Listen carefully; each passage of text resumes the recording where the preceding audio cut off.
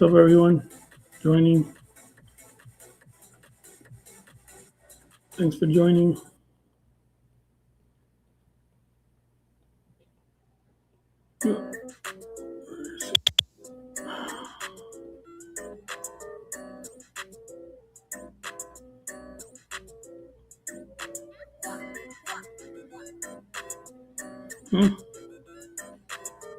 After hours is moving nice, guys.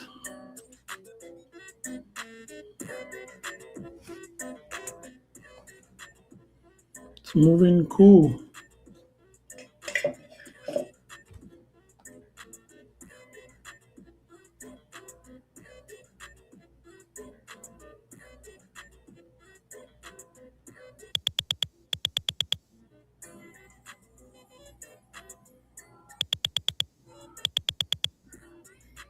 Oils at what?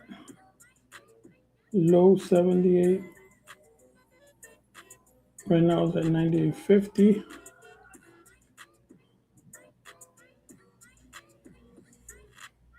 And NQ Inspire. Well, they're all three moving up, huh? At the same time. That's weird.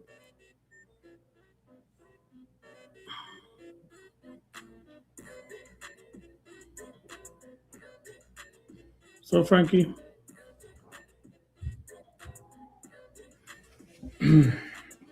What a crazy week, huh? What a crazy week, y'all. Really crazy. Some crazy price action. Today that I was so busy in meetings, I couldn't trade much, and the market just kept ripping higher. Where are we at? Almost 60, almost at 6,900 again. That's crazy. Crazy, crazy. Oh, there's something new here. Okay. Oh, finally they put. Very cool. I'm gonna share this in my post because I'm a little bit late. I'll be. Let's see where we get this.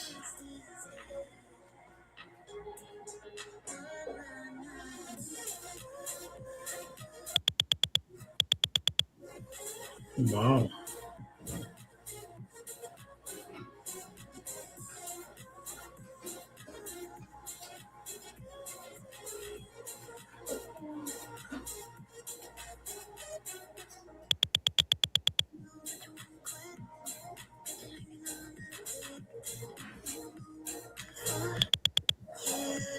Wow, look at that.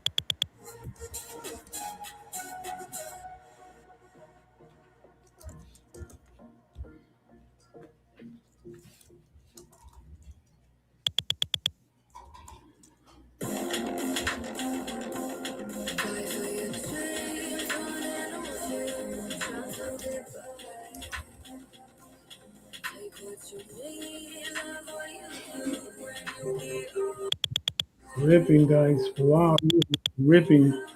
Is there other more news?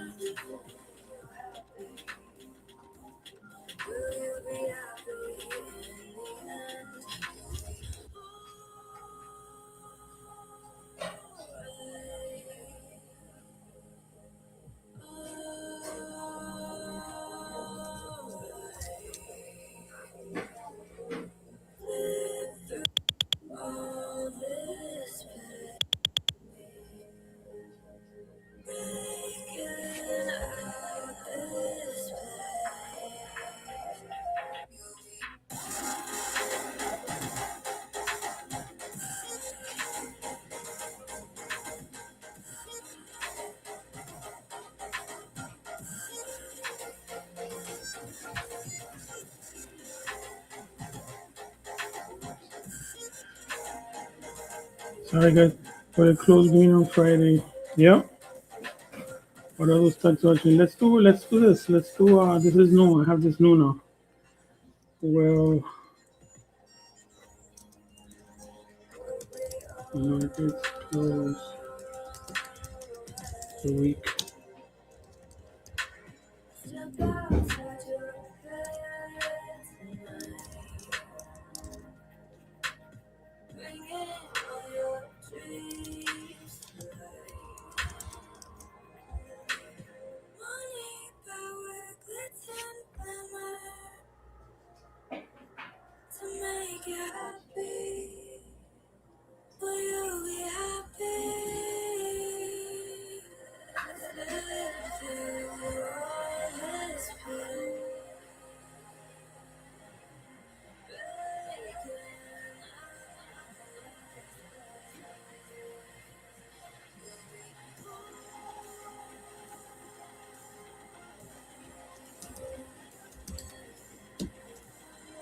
How you guys do today in the markets?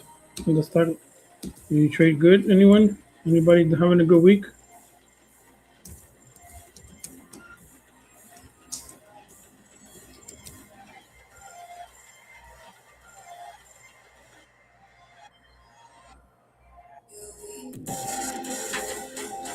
Anybody having a good week?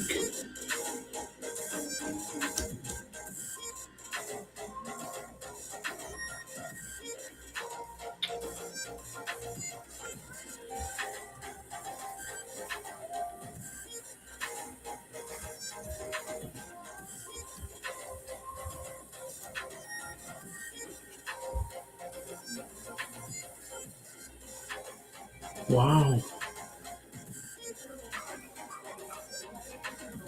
very cool. So I have here the NQ on the left. The NQ is the Nasdaq, S&P 500 on the right, and at the bottom there's oil. Yep, cooking for sure.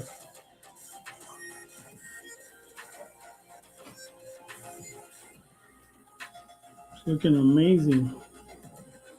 Let me open this up real quick. See where we're heading. This is the top of the range.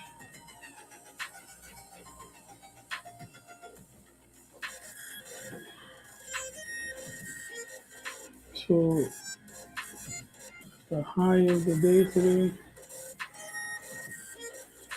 Wow, no, the previous high today was 68.76, so it dropped a lot. Setting back up.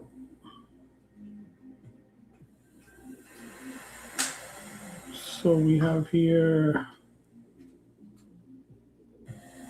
some nice little areas also. You can manually do it.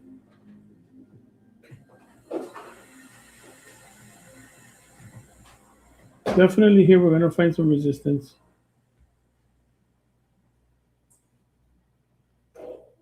See at the top of the range up there?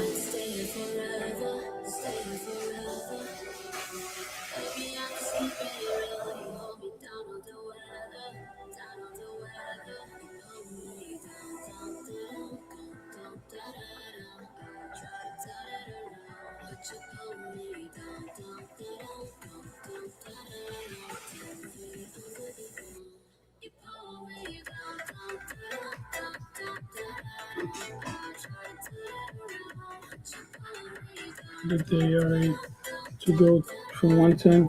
Our position was 108, but during the time I saw a big red candle. So yeah, it's like that. It's like that, Anthony. You don't know, That's why you gotta buy.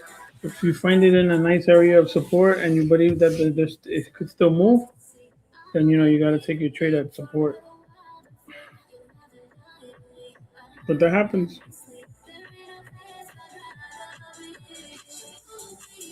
There'll be more chances. Mm.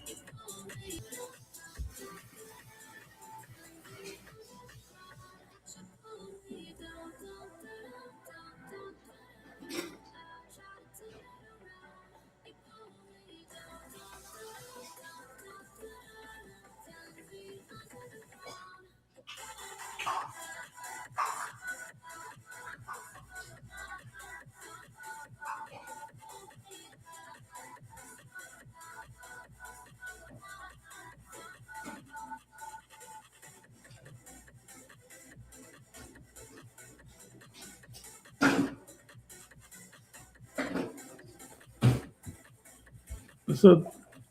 What's up, Thorn? How you doing? This is my first time joining your channel. Is it? I don't know why you seem, but you're in hot trades, right? I must have Blaze. Yeah. Do you mind if I ask what's the difference between futures? Yeah, no, I don't mind at all. Futures is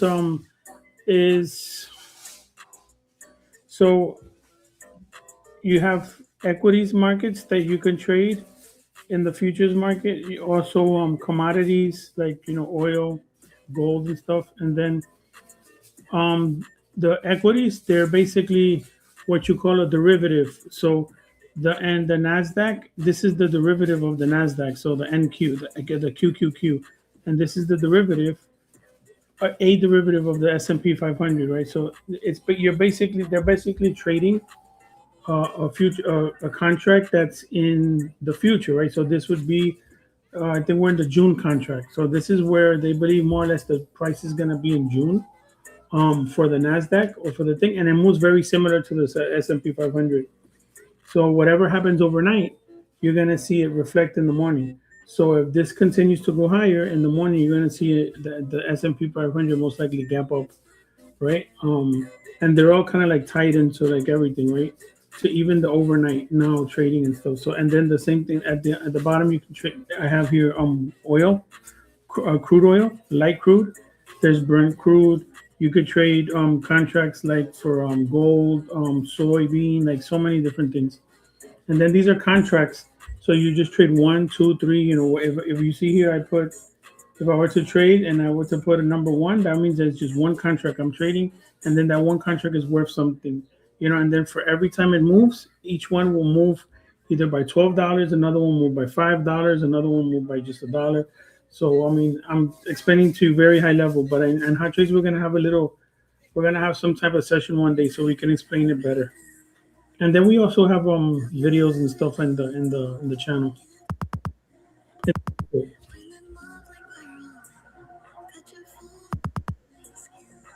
Yeah, Anthony, if you're trading I would first time learning, then go trade paper trade and then trade what you call the micros, right? They have the minis, the e minis, and then the micro, the exactly the micros, and then you got the minis. So the minis are more expensive and they move quicker, and you could lose more money quicker or make more money quicker. And then the micros are made more for newer traders or have lower smaller accounts.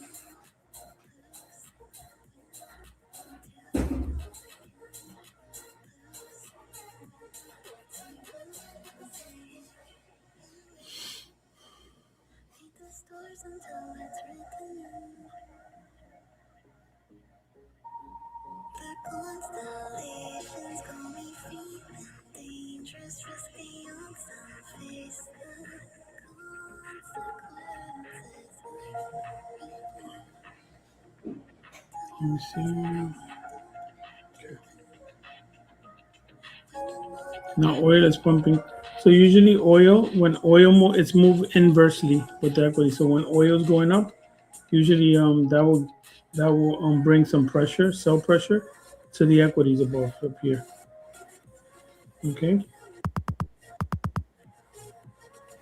and that sound you hear is the S&P 500 buying and selling. Oh, actually, yeah, the entry. So when there's like more selling than buying, like there's a spike in selling or buying, like the cumulative delta, which is on my algo here. When you see it turn pink, that means there's a lot more selling than buying. So that's you might hear that sound, but that's not coming from TradingView. It's coming from another app I have. But it's nice to hear when you hear like a lot of that tick. Either a higher tick is buying, and a tick that sounds like more with base. That one, that's selling.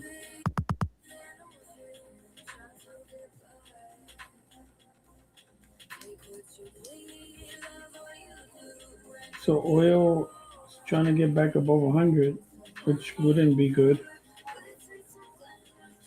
Doesn't want to drop anymore though.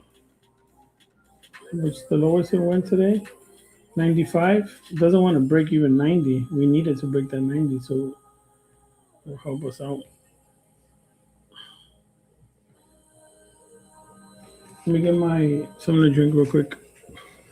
I talk and my mouth gets dry.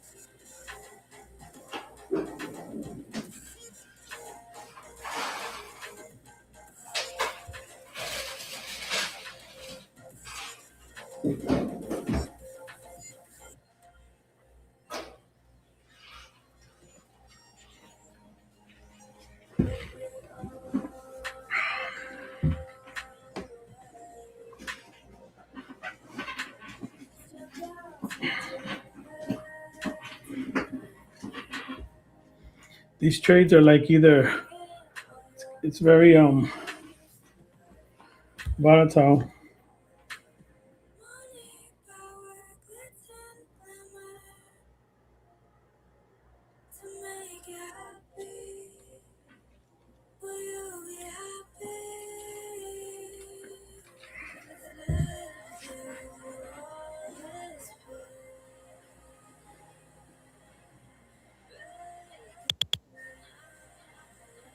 That's buying.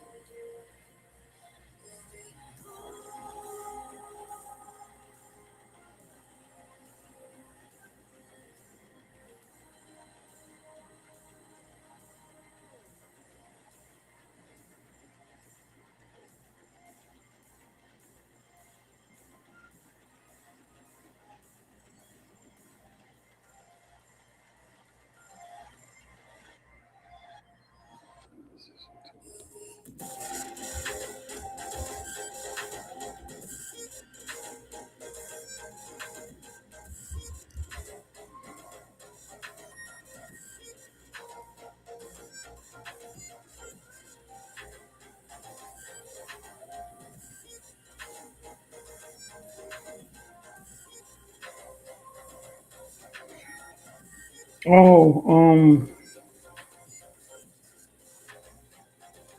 8 to 10 years, maybe. Off. I started off and on, and then I really took it serious after.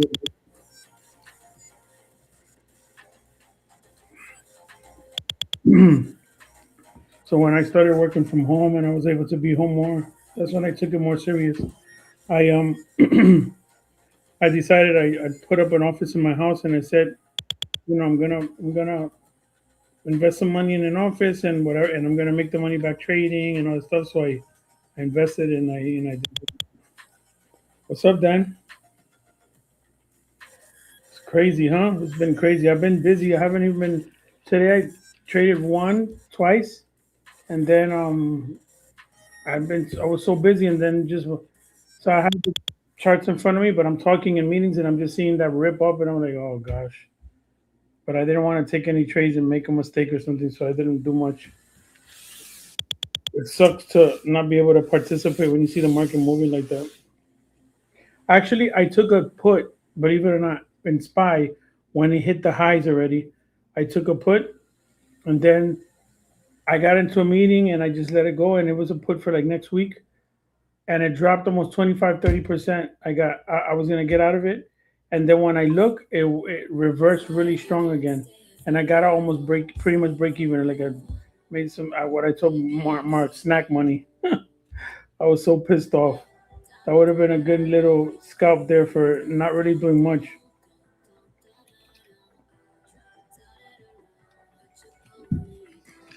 So gold,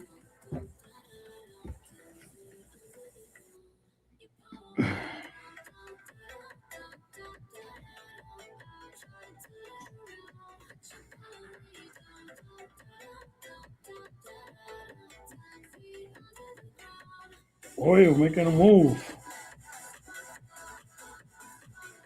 but the equities are so strong that as even if it's moving so strong, oil, look at it's just not too strong of a selling this time. Peter, hello, this is I specially.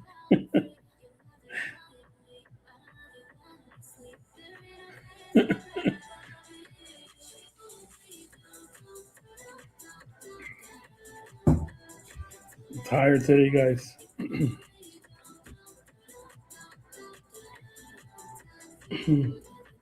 But oil moving, yeah. It's just the markets are so strong.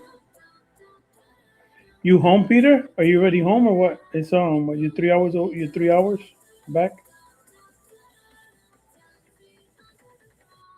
Dan, did you do good today? Did you trade anything? Did you take those scalps on the way up? I bet you did.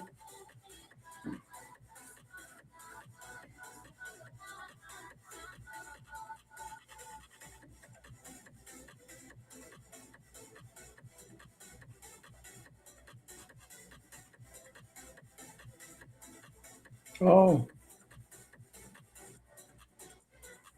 really? Boston? Dang, nice day. Really good day. Yeah, you just literally had whatever little red candle you get, you take it off.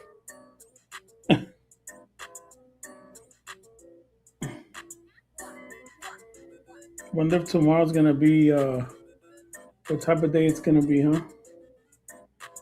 I mean, to think that we're only almost 2% or a little under 2%, then from all time highs again. That's just weird. That's just crazy. I mean, wild.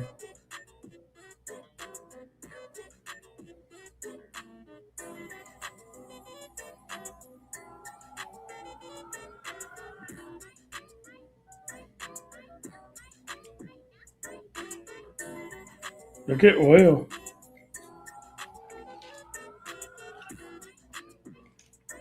Everybody's learning to play together now. Oil, equities, everything is like, eh.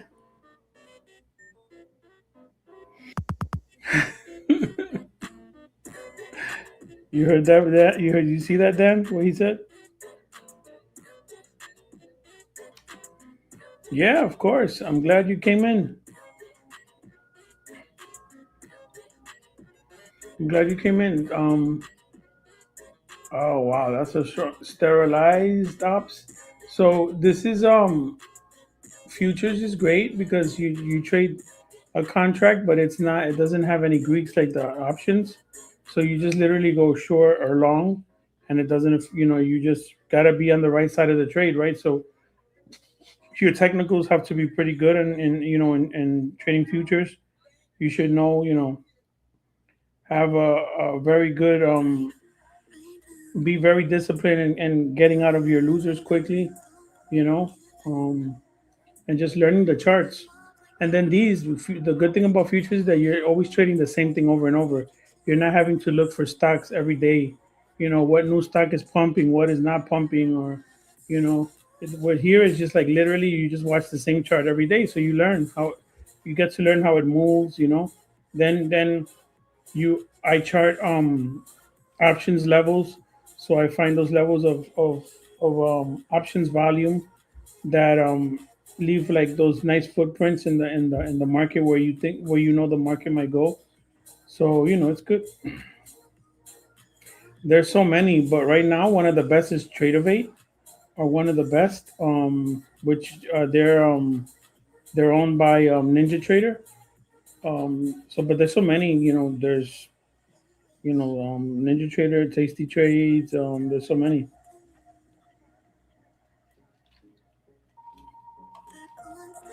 and then you have prop firms, right? Where now the new thing is people trade prop firms, so you don't have to trade your own money. You don't have to get like let's say you would open up an account with Tradeovate, and then you put some money in to cover the margin. But with a prop firm, you don't have to do that. You just buy they give you like an evaluation period. So they give you like, let's say you buy a $50,000 account. Wow, look at this. Holy moly. Wow.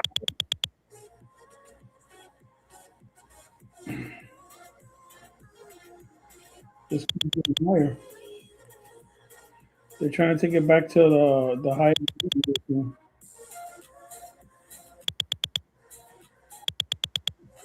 previous day high, which was today's high.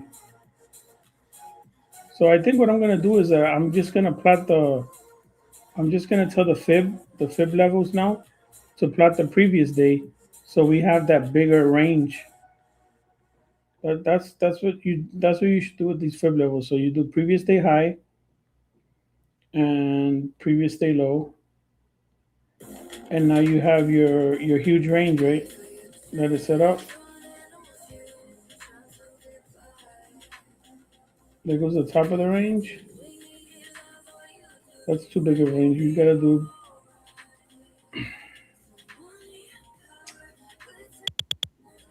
So I'll go in here and then I'll say previous, but the day, and now we have this range from here to here. You see, now we have a bigger range. It makes more sense. Also makes sense why it's grabbing so much strength here, right? Because this is that fib level, the golden pocket.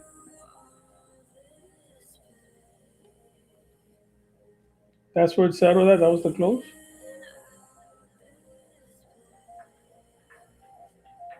I'm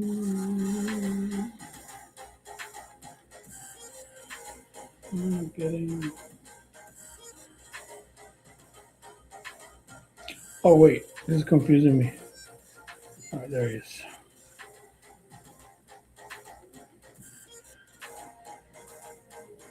So that's our range. This is the high and the previous day high, which is today's high. Previous day because in futures the next day kind of starts at 6, and then now the previous day would be, the nine the from yesterday 6 p.m. till today's 4 p.m. or 5. There's an hour where they settle and they do they work, and then it restarts again at 6.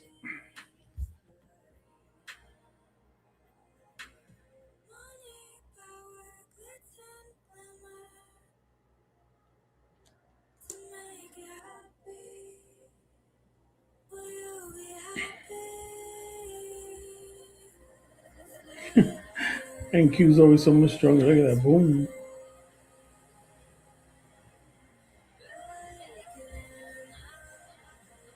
And there's oil trying to break out more. They're all just taking turns.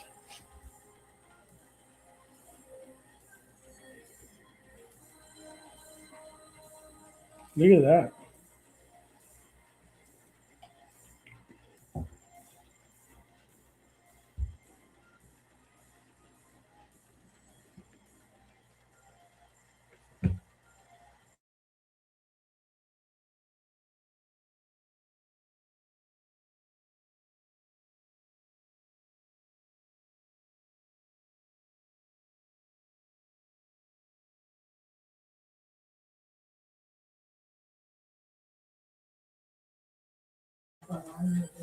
Yeah. Oh, he, yeah. You know what, Peter? I'm not even gonna answer that because I'm not freaking Mexican.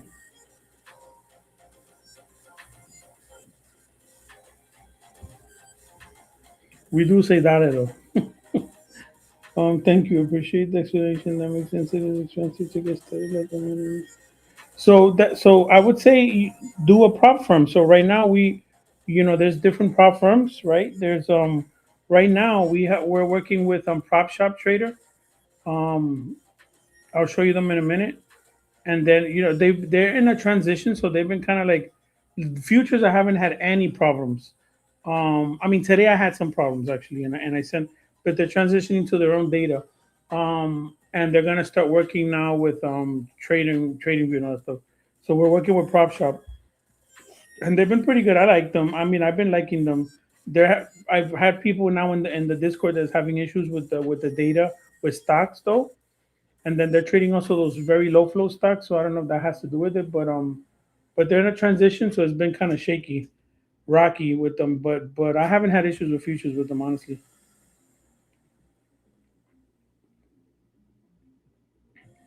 So yeah. What about, so you could you a prop from like prop shop. I'll show you them.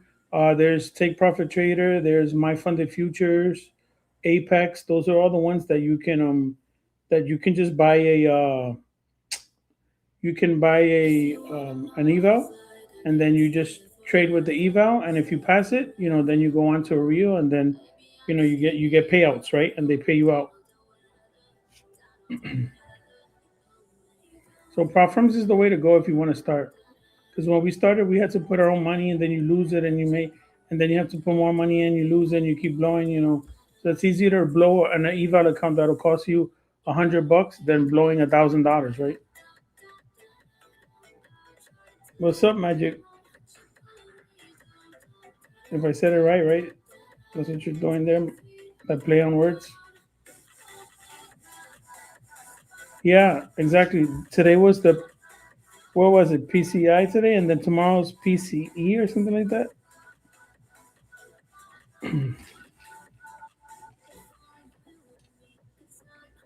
And the numbers weren't too good then. The numbers weren't too good.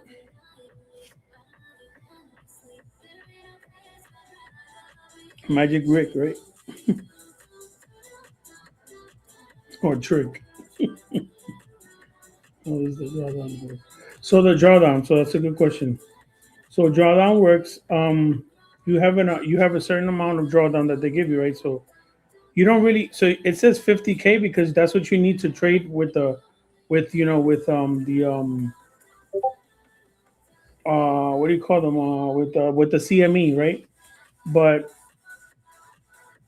the contract you don't they cover it with the margin, and then you really have as much what you have as much to trade is with your drawdown. So if it's a $2,500 drawdown, that means you cannot one trade cannot go one trade or various trades cannot take you like every loss.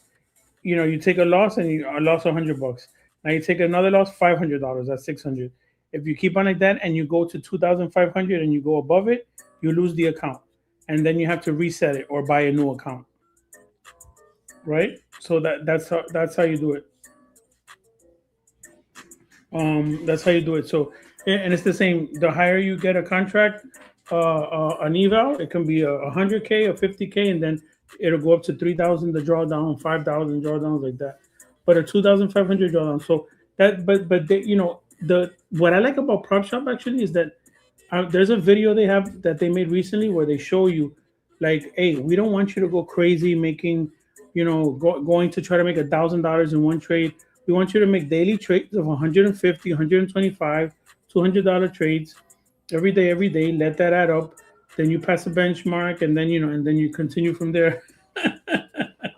Yeah, I haven't had issues at all, Red, with the futures. I think it's stocks. So I wrote to them today. I did have some issues today, actually, though, because they're transitioning with the data. But still, bro, honestly, to be honest, Red, that's just it's not what was I saying? It's a prop firm, right? So you're not losing anything. You're just, while they're doing all this stuff. And then what I like about them is, and ask Dan. Dan could be my.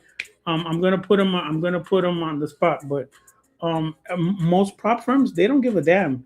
They mess up and they tell you too bad. Like, well, we fixed it here, and if you still did bad or whatever, it doesn't matter, right? And they'll just you blow your account, then reset it. We don't care.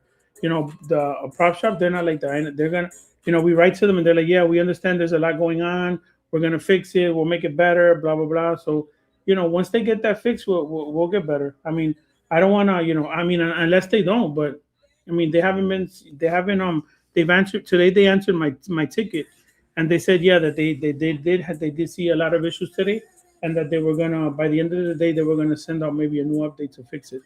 So they're in a transition, man. You know what I mean? That's all I could say. They're in a transition, and I'm gonna give them the benefit of the doubt for now. You know, even if we're not, I kind of I like their what where they're going. So we'll see. If I see something more out there that I think is weird, I'll let you know. I'll be honest with you. For now, and it took a trade 38 hours. And yeah, I had a bad my data went out, and then I went into the a log, and then you see the logs. It was dropping and then connecting, dropping, connecting. So just take a picture of the logs, and that's it. But that's the thing, that's not $1,700 of your money. You know what I mean? It's just the drawdown. So if there's something that made you lose because of that, then write it down, send the ticket, and then we'll try to get it reset. Yeah, let me give you the link real quick.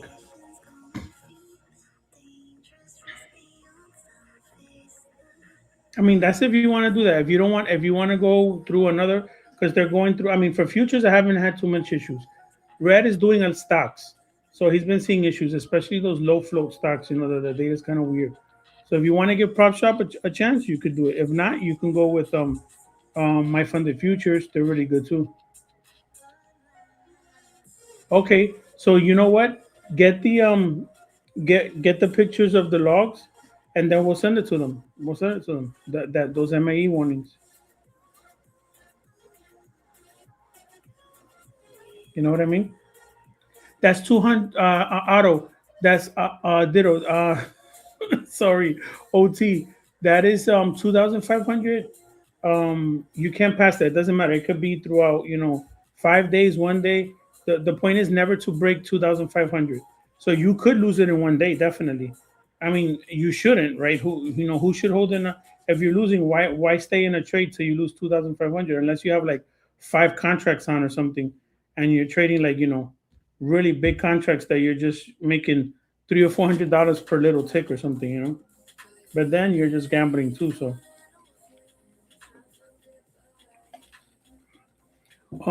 there's another question. I didn't see this one. Question: Do you use NinjaTrader? And if so, I'm using TradeOvate. So I use TradeOvate.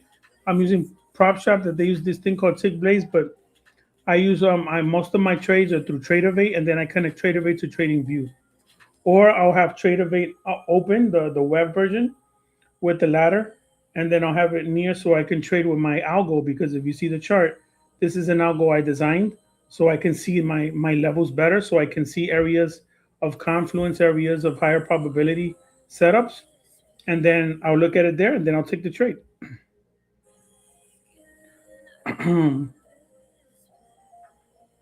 Exactly. That's if you don't have a prop firm, then that's basically what Dan wrote. If you don't have a prop firm and you put your own money, you the $50 to trade. So you need to put in $1,000 if you want to start with.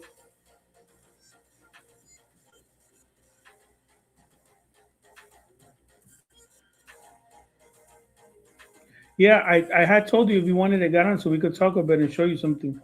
But I wrote to. Did they write back to you guys? Yeah, they are. Exactly. TradeOvate is the same as NinjaTrader.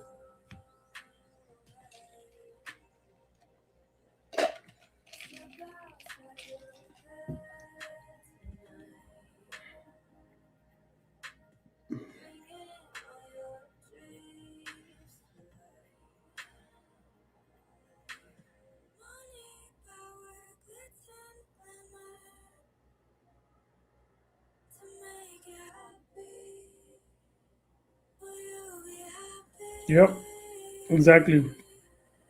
I have both. I have prop firms, and then I have an account that I have for years with my. I had Trade Station, then I left some money there, and then I moved it over to Ninja Trader, and then now TraderVate, and then I have that personal account there, which I trade when I only have really nice days that I see the prices moving really good.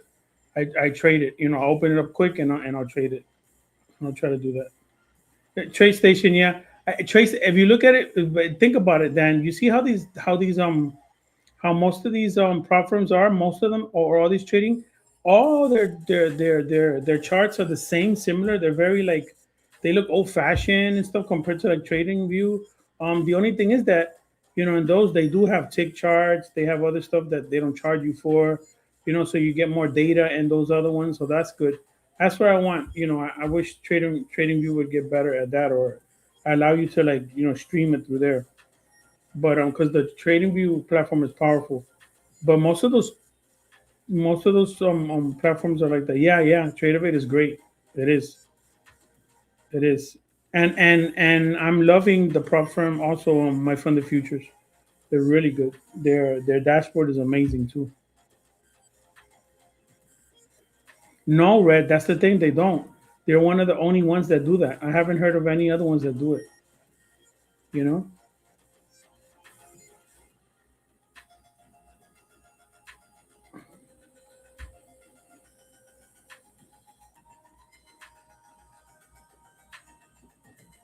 And that's my point, Dan. That's my point. Yeah, and that's how Trade Station is too. Trade Station now they got some newer stuff that they did. I still have them because they're big. They're really big. They're one of the bigger players. Um, and they have futures options. You know, so that's good. So they have a lot of good stuff too. But it's like that. All those platforms are like that. That's why the prop firms, what they did with through the Trade of a prop now, what they call Trade of a prop, and now everybody's using them. All the prop firms are using them, to send the trades through them, and then you can connect it to TradingView. And they told me when was it?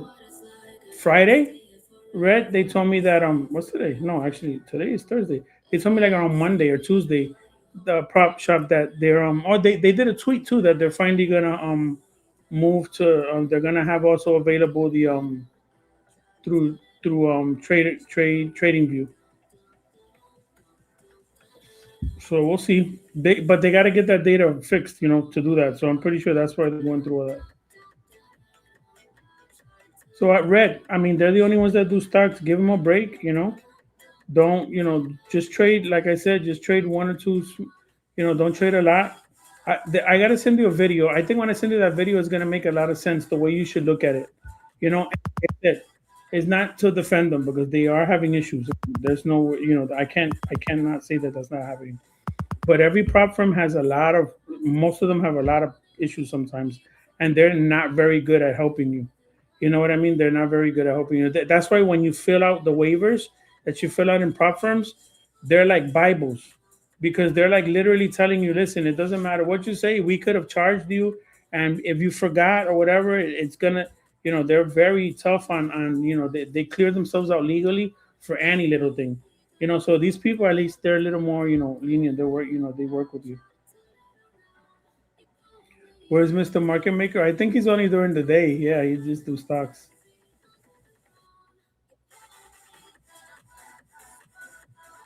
Oh, you got in the webinar? Yeah, good. I'm glad you did. And they got this really good video that explained everything. You saw that? What's up, Luna?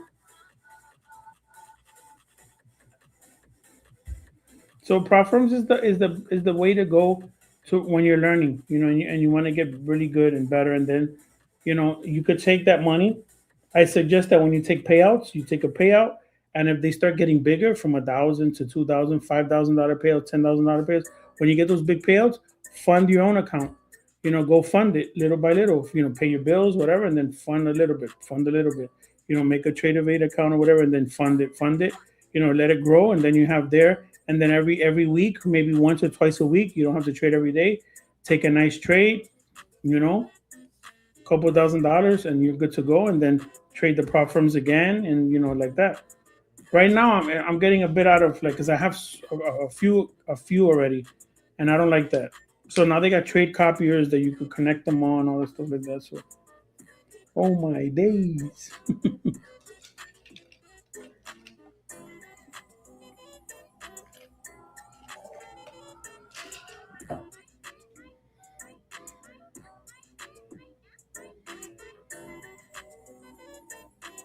Nice. You know. So yeah, this market's just been ripping. The market's been ripping here. So then don't trade it then red yet. Leave it be for now.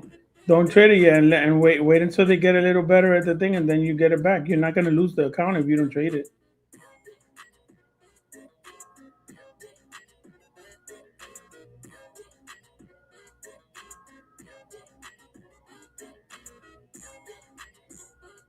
So there's your range. Like I always say, always find your range and when you're gonna trade, always understand where your range is. This is the top of the range, right? Your previous day high, the low right now of the day, and this is another pivot there. So that's why I love my algo because I can see very clear areas, pivots, highs, this fib levels. So now those are areas, right? Every time you're trading into an area of where there was a pivot, that's a liquidity zone there. So that's why you see things like this happen, and then they drop. Look at that because there was a pivot right here. So this was the last swing high here. When you look left, right? So if you're trading, always look left. What happened over here? There was a pivot. Then what happens if we continue higher? There's another pivot here. So now you know that this might start, coming up, and then here you might find some resistance. So that's all you got to find is those areas, reactionary zones to trade off of.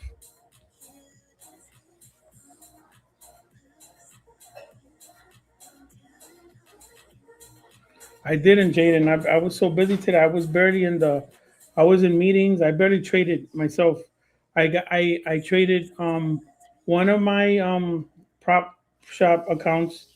I did my goal, and then the other one gave me issues, Red, because I got on because of you guys, because you kept writing. So I said, let me check.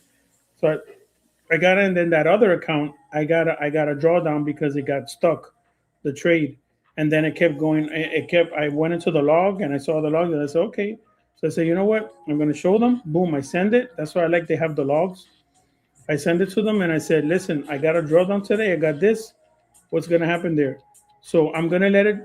I'm gonna. They said already that they're going to fix it. Now tomorrow, I want to see if I still see the drawdown. I'm going to complain. I'm gonna be like, guys, I had the drawdown, but that wasn't my fault. Are you gonna reset that? What's gonna happen there? And we'll see what happens. But the other, and that's the one that I think no, I did one of them. I already did a benchmark on. I already passed the benchmark.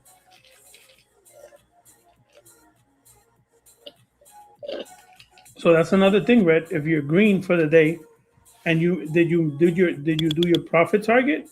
Are you trying to trade $300, $500 a day when you know that you all you need is 125, I think, with them, right? Or $150 a day. Um, that's all they want you to do, so you can get a benchmark. So if you get a $1,000 day, it doesn't matter. They're not gonna be impressed. You know what I mean? What they want to know is that you're being consistent.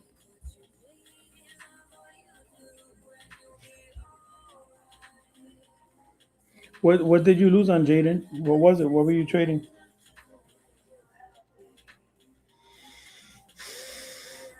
Oh,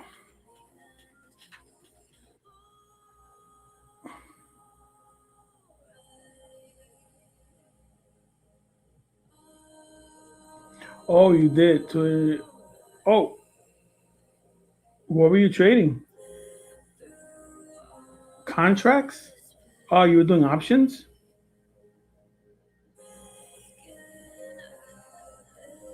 Because you can't trade 280 contracts in futures.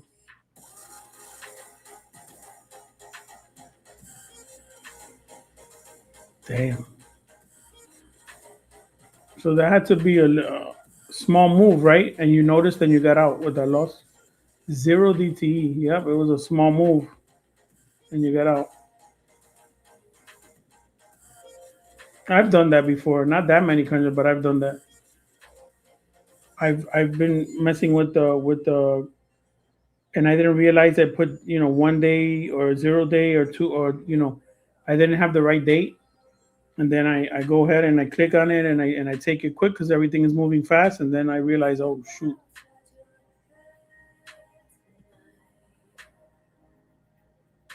Well, then that's the problem, Red. You don't need to. Yeah, all you need to do is that, like about close to 200. That's a good day. 200 bucks for them. Don't go anymore. Leave it like that. If you want to scratch the itch, then what you do is go into paper trade and just paper trade on another platform or something.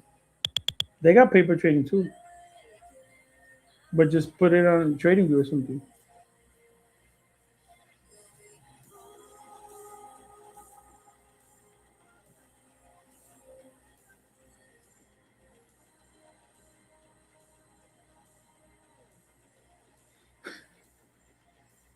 It was doing. That's what I don't get though. How it's making trades like I don't know if it's just that you're clicking on it and then it just doesn't take it and then it takes it like it's in memory and it's grabbing it afterwards because that's really weird for it to be taking trades for you like and then stopping it or something like that's crazy.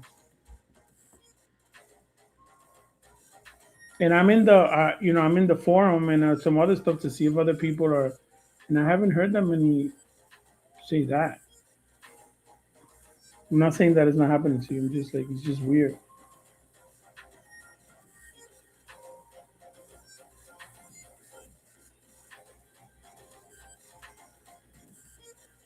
I would say just leave it alone for now.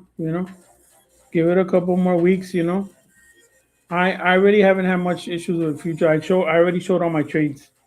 I've showed you guys my trades. I've been doing pretty good, and then just the times I did get those losses were a bit because of that, because of the data.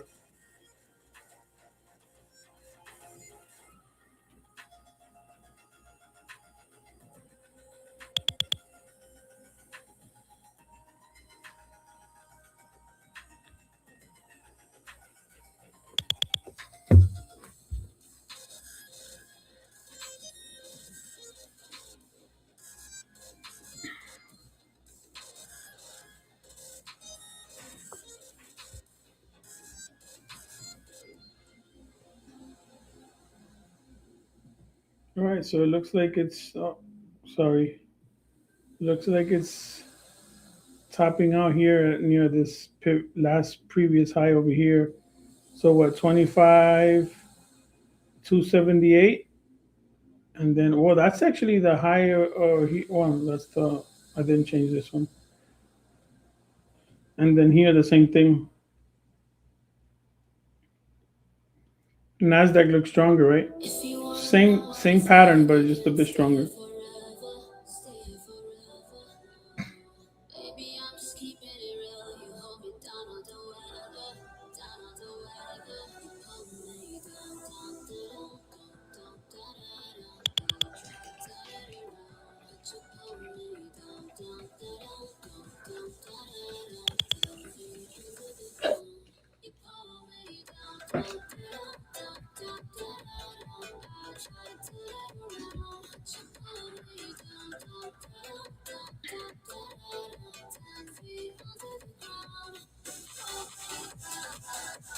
There's a double top for oil there.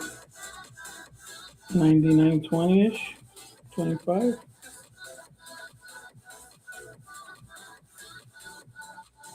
So from 99.25 to 99.50 has been the supply zone up here.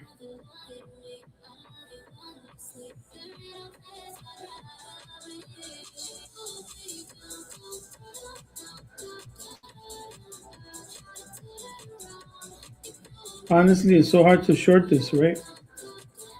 The better thing is to wait for a pullback and then go with the trend, right? So a pullback like this one, a pullback like this one into the kernel, into this trend here, and then you take the long, and look, you would be green right now. Same thing here. Look, pull back, and then it just goes back again until it doesn't work.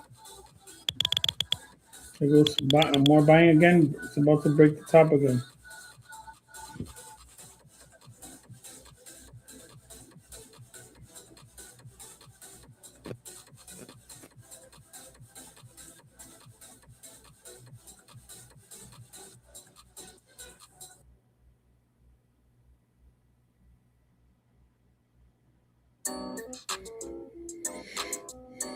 So to be honest, when the trend is up, many people want to, like me. I do that a lot. I like to fade it, at the tops, at highs, at swing highs. But it's been so strong, like literally, you have to wait. Let's let it retrace a bit, and then try to take that long. See if we get a continuation higher.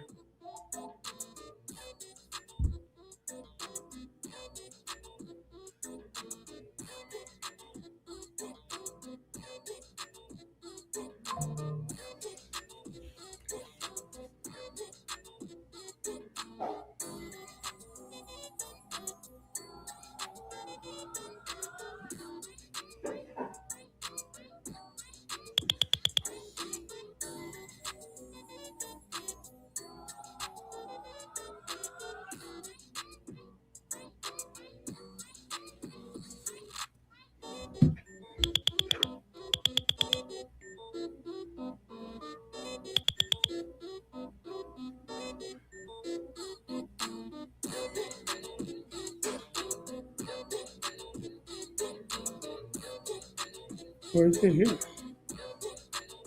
Oh, I don't have the update loaded here.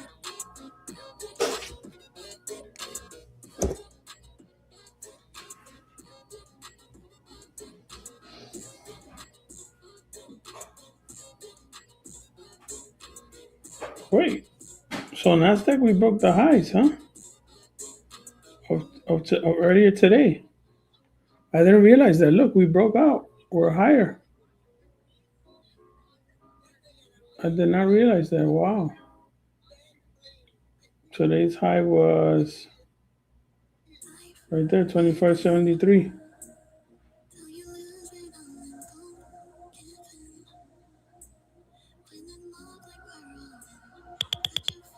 Whoa. Holy cow. They are not playing.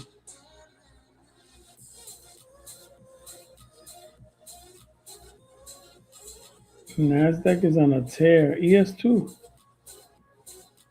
I just want to see if oil can break this freaking. That's what I don't like. It just doesn't want to break those lows. They want to keep it up here. Oil.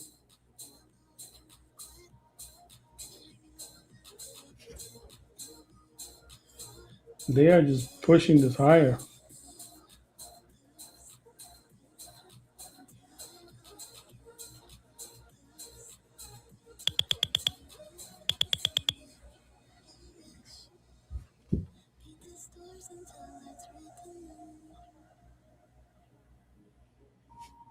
Anybody trading anything? I'm not. I'm not. I'm not. I'll give you levels and I'll show you, but I'm not gonna be trading much now.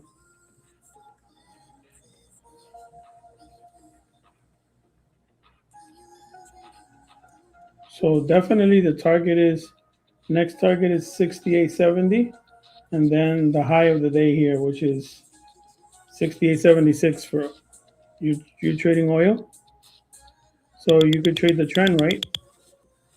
Sorry, the range.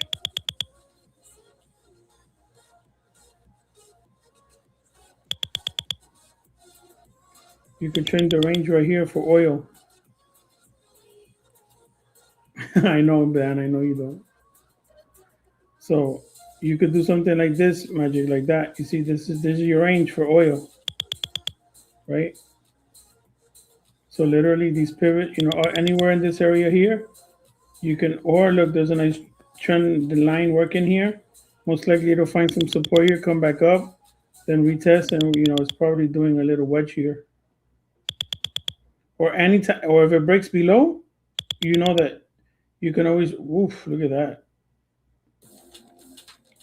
What we want to see is because since ES is breaking out, we're going to highs again here. We have to see. That's why it's bringing pressure to oil. So equities is bringing pressure to oil there. Okay, with futures, can I get in and out, or do I have to wait for a profit target stop loss to hit? You could always get out. Red. I don't understand. You can have you know, what was I gonna say? You could go in, right? You go long, and then obviously, we put up. You want your profit target, but if you don't have a profit target, you put your stop loss, and then you just let it ride. And then if you see it's reversing, you could just stop the close out of the trade. You close out at or a market order in futures, and in futures the spread is so small. Look at that. So you could market order most of the time unless it's moving really strong. Then if you do a market, it's gonna feel like if you're going short, it's gonna fill you down here, right? All the way at the bottom of the wick. So you want to kind of like play with it so you can get a little higher up.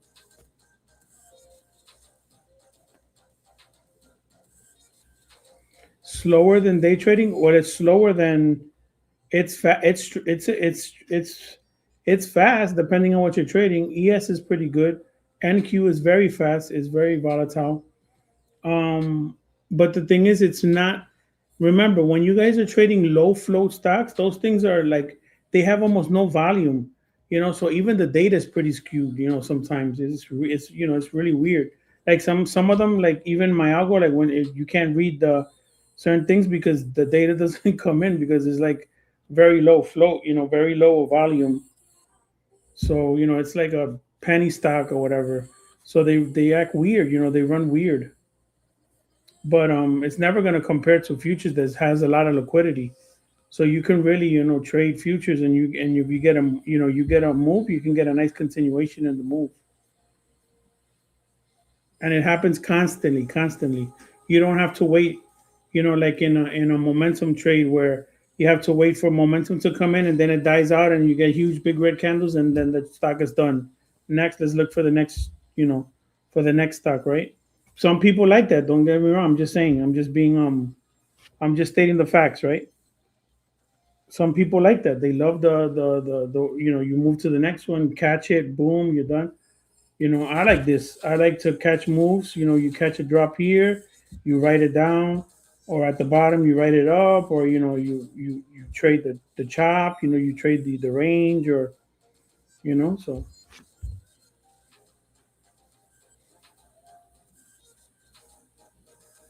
yeah. And Q moves really strong, really hard. Really, and it's fast, and like literally, you get in the trade and you're already up $300 or down 300.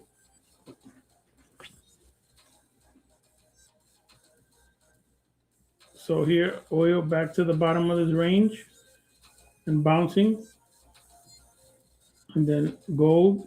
Sorry, ES. Remember what I said? This is your first level, pretty close to it. Look, it found some resistance. There's a pivot right there. You see that? Look left. What happens? There's a pivot, so there's some liquidity there. So now this will pull back, and maybe at this pullback, if it doesn't pull back too much, you can try to take a scalp and take it higher. Now, if you get a second candle red, you're gonna have to get out because most likely it's reversing a bit more. But right now, it's still looking strong. And oil is dropping, or is it finding some support there?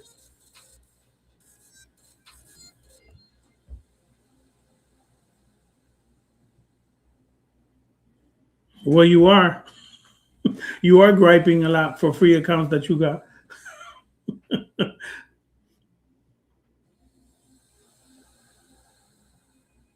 Yeah, yeah, yeah. Get futures. I've been trading it really. I've been trading it really um simple.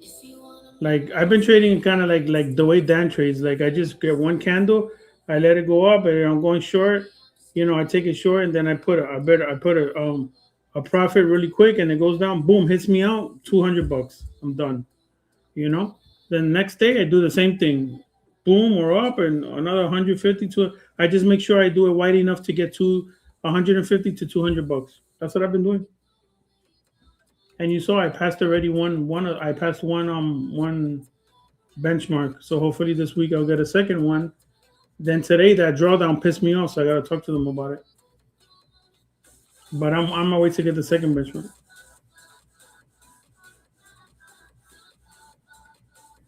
Here we go again. I know. It's true, yeah.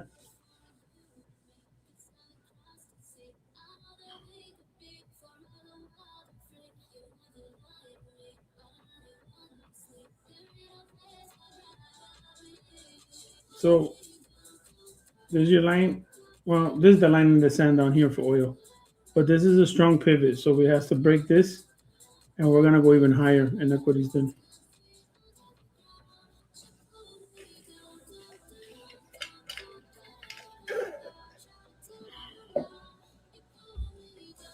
Are you gonna keep on, bro? Damn, we get it.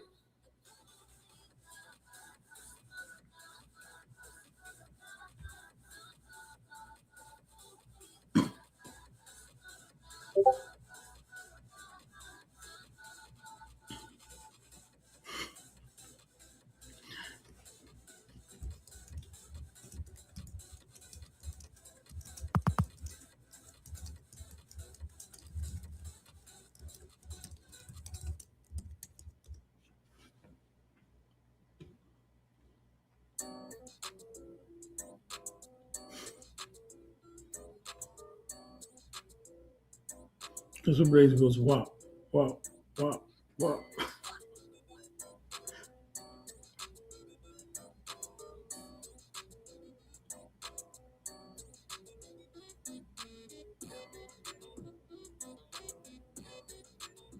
Really, Nvidia didn't go green.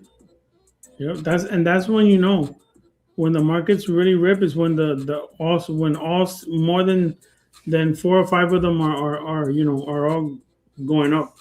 That's why I watch a lot the Max 7. Like I always have one screen is just the Max 7, because when I see them all, like today in the morning, one's ripping, one's dropping. Microsoft was like getting hit, thing Meta, and then Amazon, Tesla was up, and all that. So that's where you see the chop in the market, because they're so heavily weighted. But then when they all started turning green, forget it.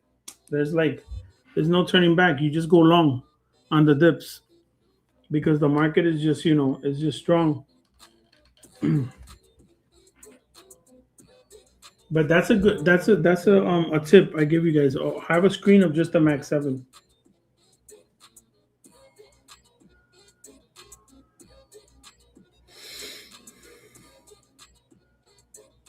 And that gives you a sign. Or another way, another tip I've told people also is that when you watch the Max 7, if there's always one or two that are really like breaking out more than the rest. And if the market is like most of them are down and the market is not really trending, but you have one really moving up, that's the one that you can really try to trade the reversal on it. You could take puts, in terms of options. You could take puts on them at the top. You need it. Actually, I do. I'll show you this. I'm working on that. I'll show you this, Dan. Let me see if I have it here. You know me. I'm always doing crap. Hold on. Let me see if I have it here.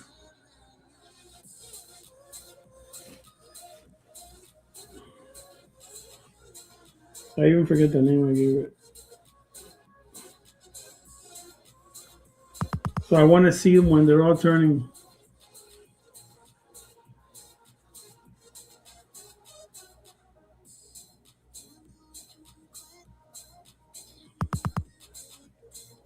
It's reversing there now.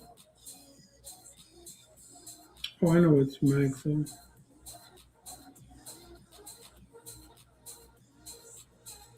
Yeah, call Max. Nope.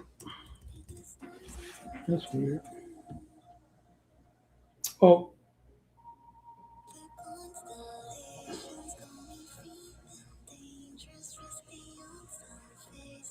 so that's what I did. Dan, look.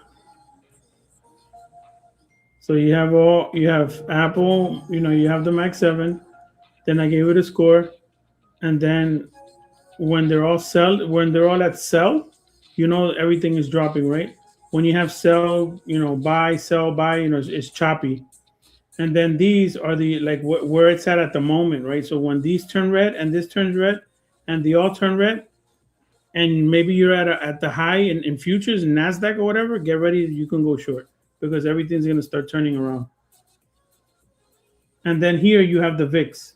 So you see the VIX is normal right now. If it's above 20, 25, 26, then it'll say, it'll say extreme, volatile or fear or something like that. And then, yeah, you like it? What do you think? Yeah, so you like it? I've been playing with it. I have it on sometimes when I'm trading, and I want to see what, because since I'm always looking at over at my other chart, and I have to be looking at every single one. I said this will be a good indicator to let me know. Yeah, I mean, I just have so much stuff magic in the algo that's why I'm creating the add-on. So this will probably be an add-on. So you just add it. If you buy the algo, you get you get these other stuff from it. I make these tools, and I don't really charge for them. I just charge the main algo, and then you can pick what you want, right? But yeah, Dan, if you want, I'll make it available, and then maybe you could play with it and see what you think. But I was playing with it, yeah. I like it, and I like to see the VIX because the VIX tells you a lot as well.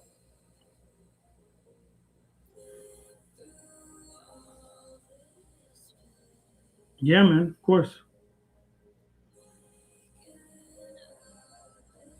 I just know sometimes so much stuff on a chart, but those are things that you could turn on and off, or if you make it smaller, put it in the corner, something, and that's it.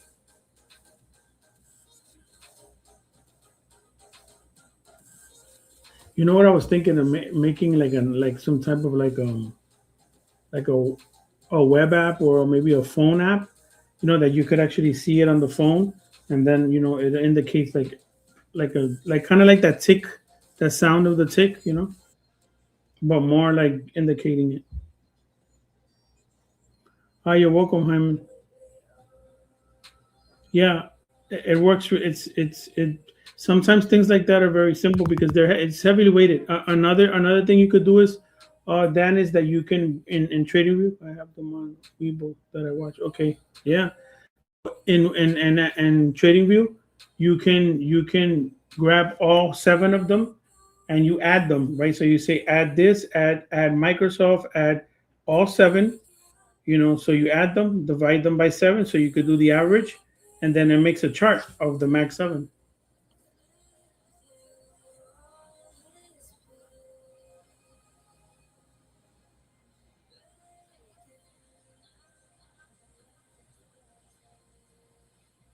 And that's basically this chart here. Look, that's this chart here. So this chart here is like you said, they're all of them. You see Apple, Tesla, Amazon, Nvidia, Microsoft, Meta divided by 7, and now I have an average of the market right there of the top 7. Another thing I watch. So I'm always, so you see this is the screen, the layout that I have where I watch the market overall. But I'm trading futures. I'm trading my SPY or my Nasdaq, but I'm watching this. So you see my Max 7. See, I'm not lying. I have my Max 7 there. I have the SPY here with my options levels, the Qs, and then that. So it depends.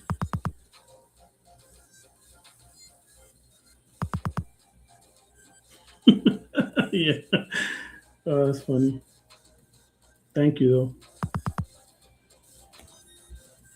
though. Hey, I've caught up with you guys in the morning, like before. Are you doing features every? I'm gonna try. I'm trying to because I'm all day working too. So It's like I'm all day working and trading, and then helping people sometimes in the Discord, and people that are getting the algo, or connecting them and getting them up and stuff. And then I have two businesses that I run, and then take maybe a 2 hour break and then come on here and go live. So I'm trying to do Sundays, the opening of the market, of the futures market. Sundays at 6:30, 6:30. Then Mondays and Tuesdays around 8ish, the Open of Asia session to like 10. And then Wednesdays I have something that I do with my family, and then today Thursday, and then Friday we market closes.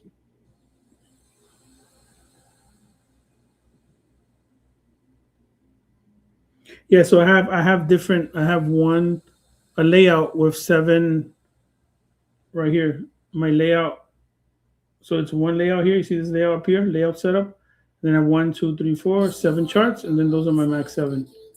And then I have them all connected to the same time frame. So if I go to if I do an hourly time frame, they all change to the hourly.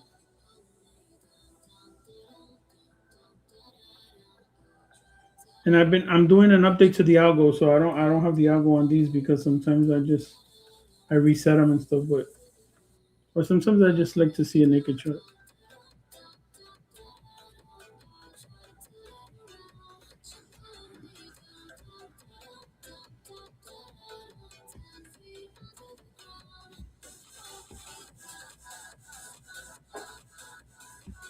Yeah, so you could do that as well, but you gotta have a higher tier in TradingView.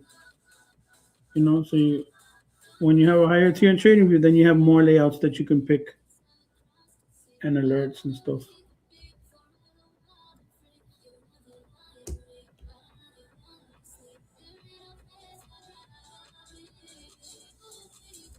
So the way what we do here in Hot Trades, we love to teach, and I think that what I do with the charts and the algo is just that. It's not, a lot of people want something that says buy, sell, and all this stuff, and I'm like, no, I want you to have a picture, and then in the picture you see that once you learn about technical analysis, quickly where's support, where's resistance, where there's going to be areas of if I'm trading on the way up, what am I going to find on the way? Am I going to find resistance? Where?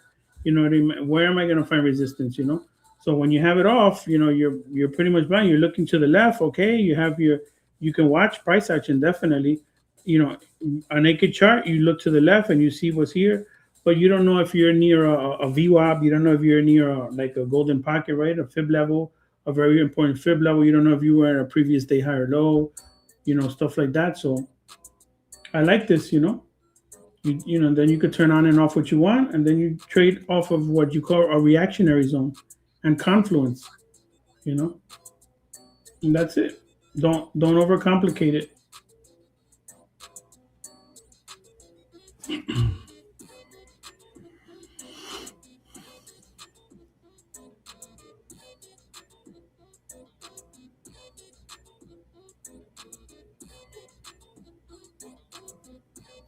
So we had a nice at 9, around 9 o'clock. We got a nice injection of volume and volatility, and then it kept on, and now it's slowing down again. But if you notice, it's that's how like it's a pop, sideways, pop, sideways, pop, sideways. So these are like small little bull flags, right? Boom, a flag right there, and then maybe it'll go higher. And that's how you have a nice, strong uptrend.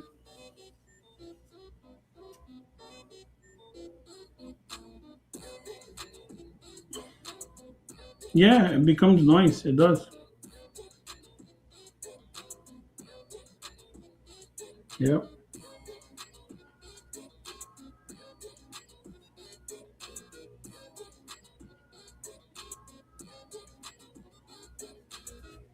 So these volume levels too that I put that I love them because those volume levels are you using them then? I don't know. I think you should use them. Like they were. I don't know if you notice. If you look at NQ, a lot of times when it hits the upper PDVR, like we're in a strong trend. So this is an old I haven't changed it. But if you use the levels I post too for the options levels for futures, they work really good. They work really good. Like when you get to the upper, like when you're below this, it usually finds, or even it rips up high and you see it always stops right in these levels. So these are powerful levels. I don't know if you use them then, but they're very simple. You just plot the lines. You gotta get the new ones. These are the old ones. I gotta get the new ones for tonight.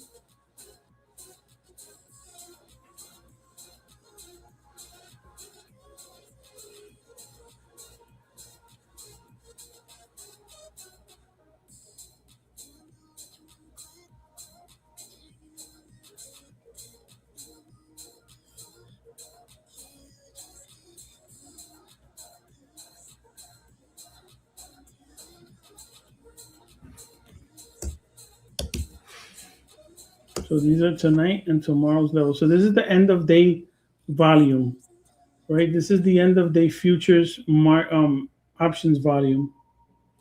You see the 130? You see how I plotted the 130 here? 130 is a very important time in the day where sometimes the market respects that time. So it came up to 130, usually finds support and goes higher. Look at where the upper part of the range is, right above at the top. You see? Then there's a high volume calls here. So these are great levels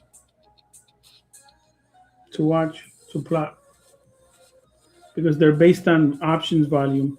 And then options volume, what is it? It's just basically liquidity, right? It's where these were transacted, right? High volume of calls there, the upper part of the range of volume there, and then this has to be a wide range. Yeah, there goes the lower PDR down here.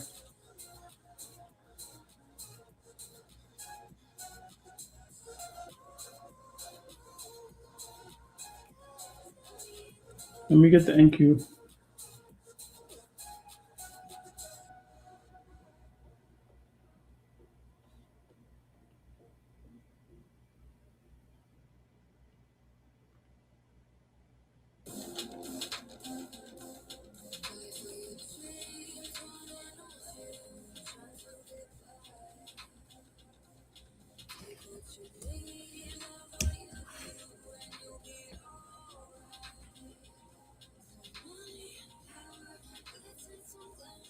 We broke that upper. So every time this stuff happens like this, when you break these major levels, like the top of a range, like really strong. I mean, I don't know. It's been really different today, but this past week. But usually they want to come back down here because this is where all the volume is. Let me take this. That was the last call block too. Yeah, this thing is like massive.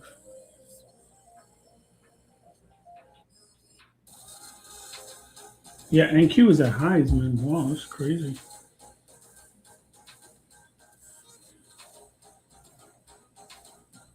See the range that oil is leaving?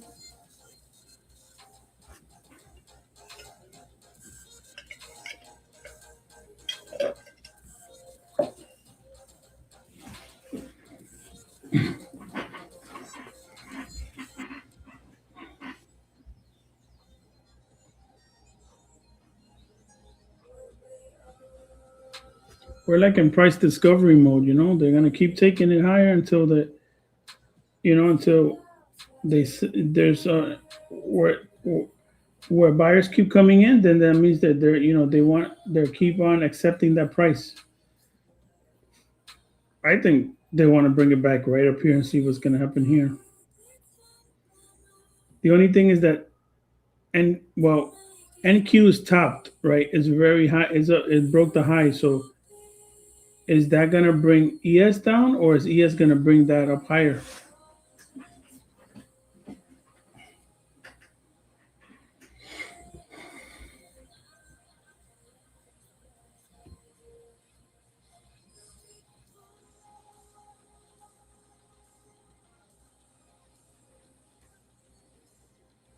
Yeah. Yep. They're probably front running this and then getting all these people to FOMO in, and then they drop it hard because the data hasn't been good. Soon they're gonna be talking about recession.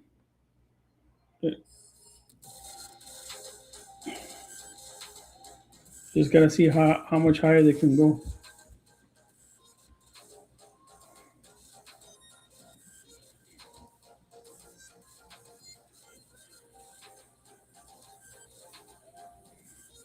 You see, these are reactionary zones. You see, these are areas where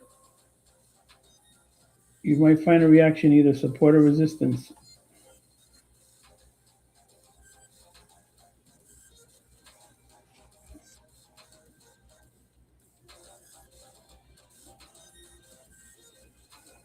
I didn't understand that question.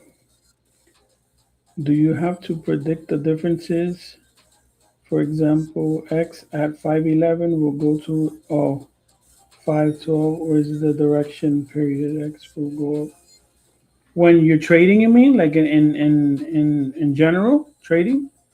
Yeah, you wanna be on the right side of the trade. So you want to trade areas where there's higher probabilities, right?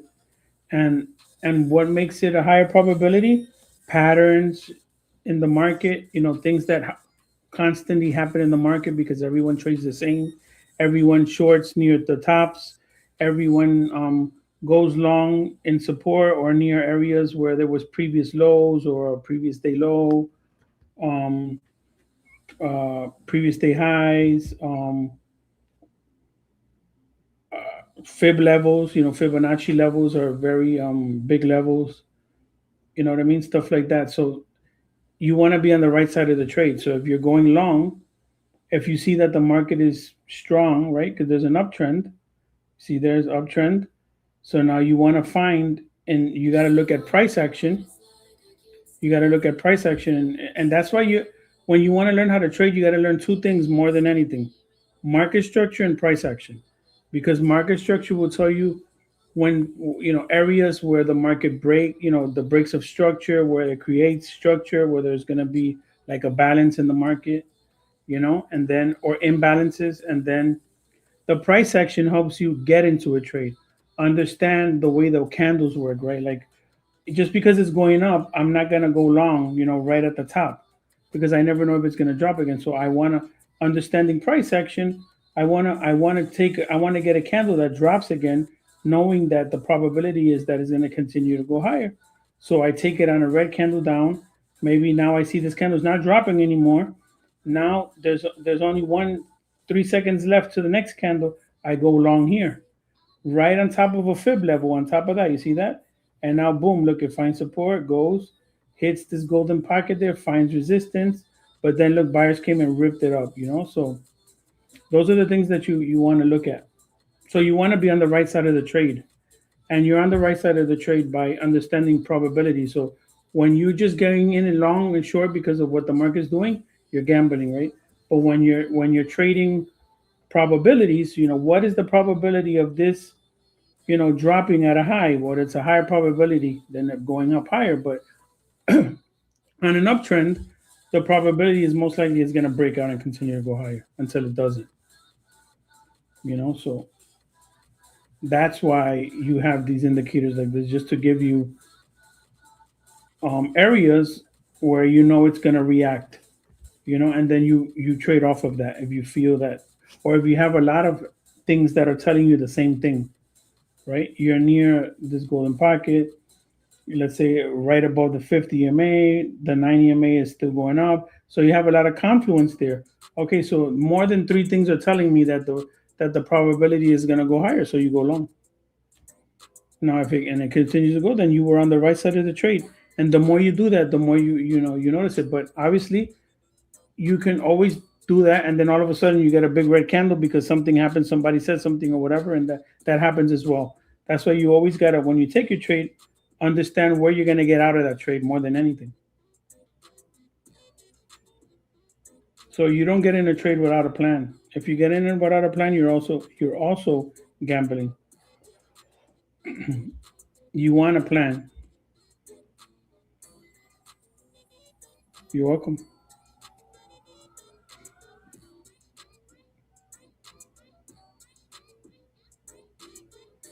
There goes oil making a move again at the bottom of the range. So whoever was trading gold or oil, like we said, this was the bottom of the range. See, what's the probability is finding support again here?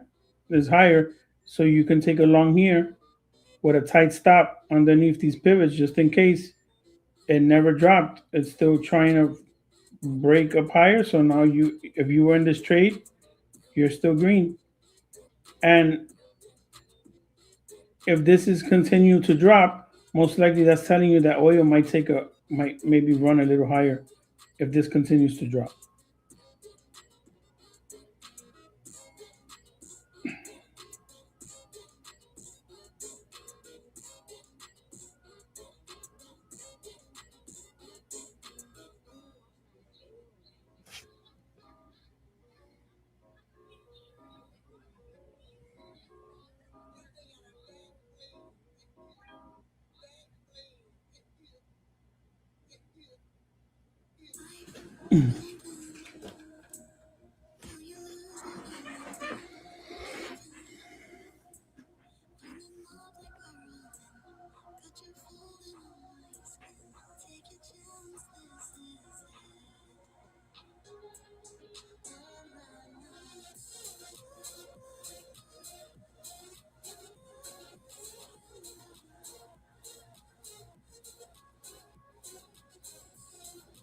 There's some strong selling here.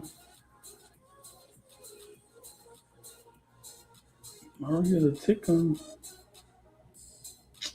Gotta get this. There it is.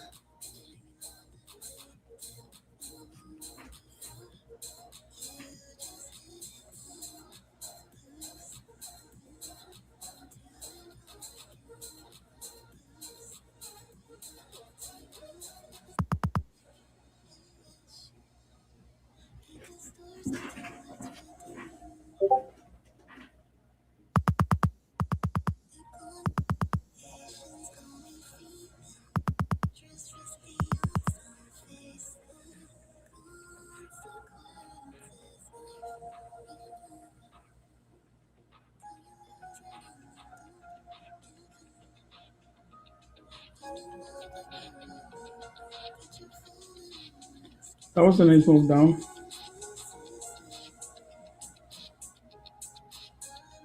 Yes, exactly. They inversely correlate.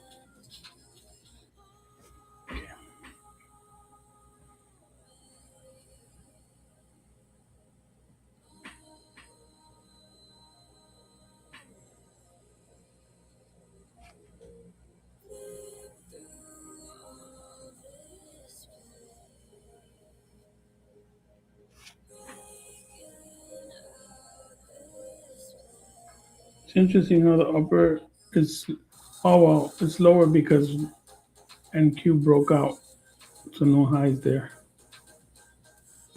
But the ES didn't. So I say usually this pulls back. So that's why I said either Nasdaq is going to pull us down, or ES will pull Nasdaq up higher. But in this case, I think Nasdaq being so ever extended, it's coming down and it's bringing ES down with it.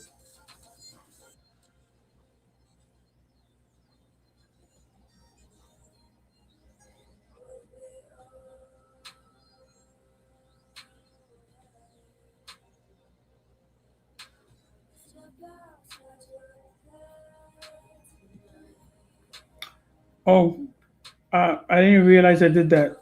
No, no, no, nothing behind it. I like 2 to 3 minutes for entries. The 1 minute sometimes could fake you out, so I like the 2 to 3 minute charts. Maybe at some point I put 2 minute. I don't know why, but I usually have a 3 minute because those are my entries. I like to take a trade off of the 3 minute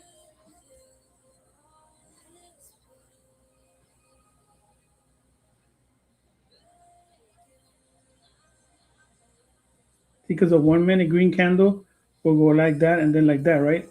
But if this one 3 minute candle is going up, that means that there's three 1 minute candles going up.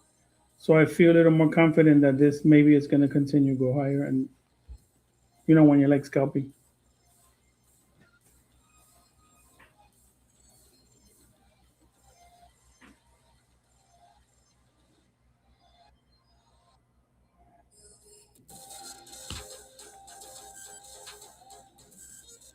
yes, sir.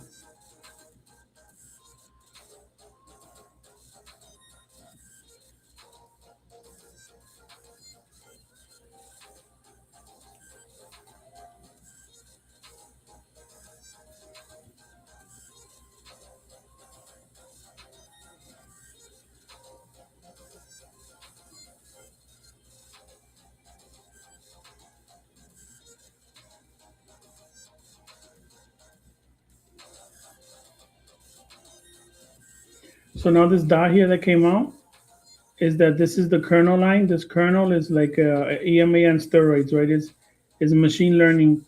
So it's kind of like plotting out um, possible price above and below, and then it plots an average line between it.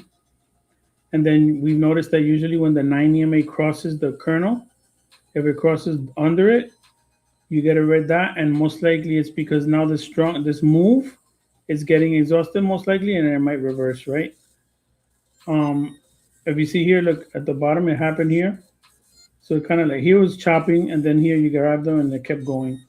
So here, now we have to see if this either chops like this, or if this is signaling a reversal, like now to a continuation, a change in in this trend here, in this move up.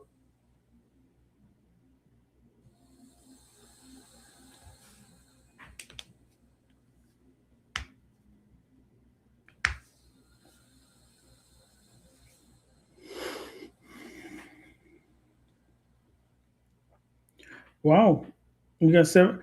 I got 70 people on, but most of them are coming from X. Interesting.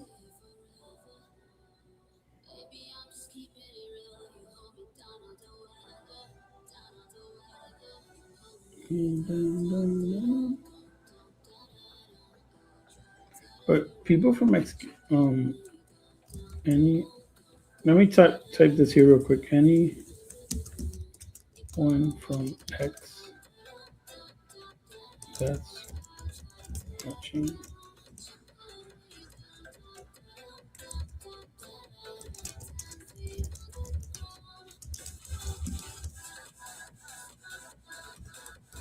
I just want to see if we get the messages from X2 here.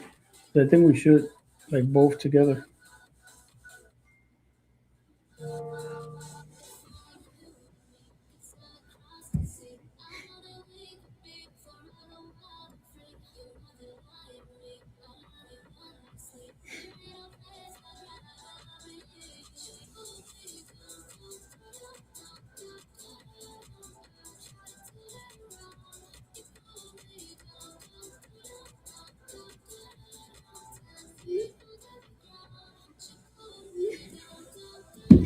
Blaze is texting me.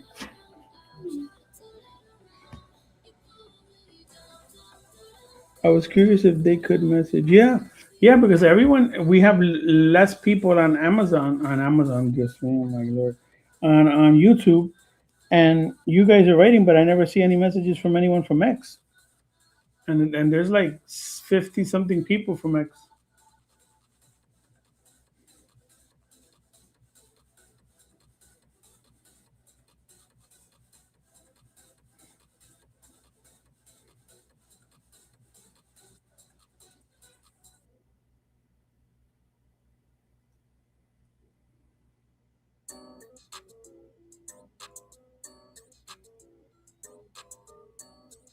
Ad hoc trades? No. What do you mean?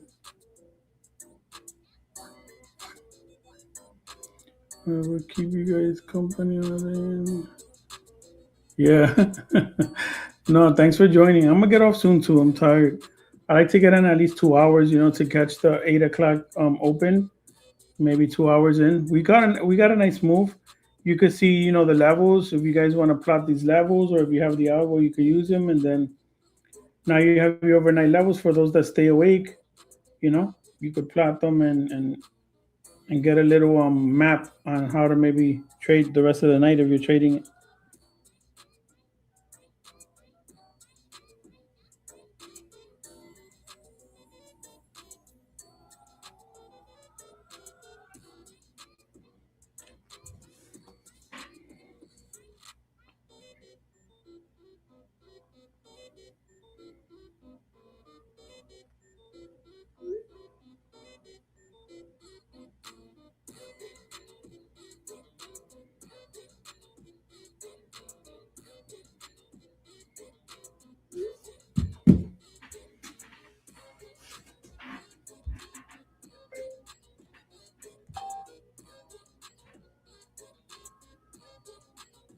Yep. So what am I seeing here?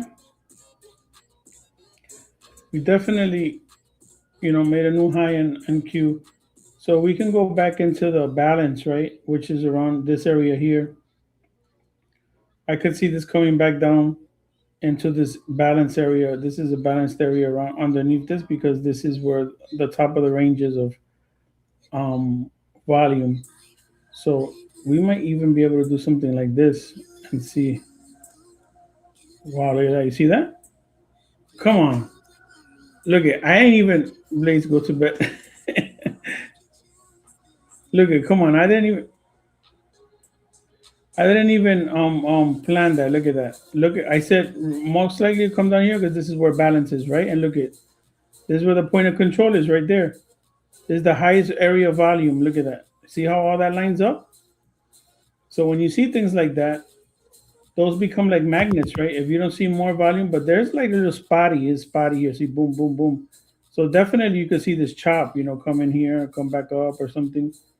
But I see this as a magnet. It could continue to drop to at least this here, and this here area could chop, right? And then this put you a lot of volume here. But look at that. It goes to show you how things line up, you see? And you turn these things on and off. Boom, you're done. You just wanted to make sure. But you see, my thesis was correct. What I have here and this area is most likely going to be a magnet to come back down.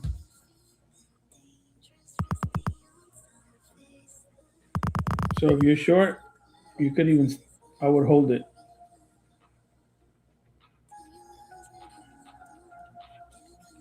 ES, when you hit the golden pocket on the ES, be careful, because here you might find some support, and you see this trend line there. Look at that. So here you might find some support, and it might try to go back up, or it can chop a little bit and then rip down hard, because these are the areas where it kind of like needs an impulse to kind of break it.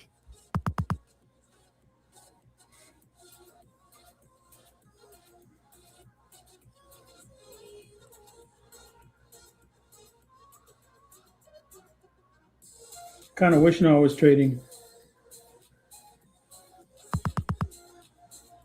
but I already missed the move up and the move down.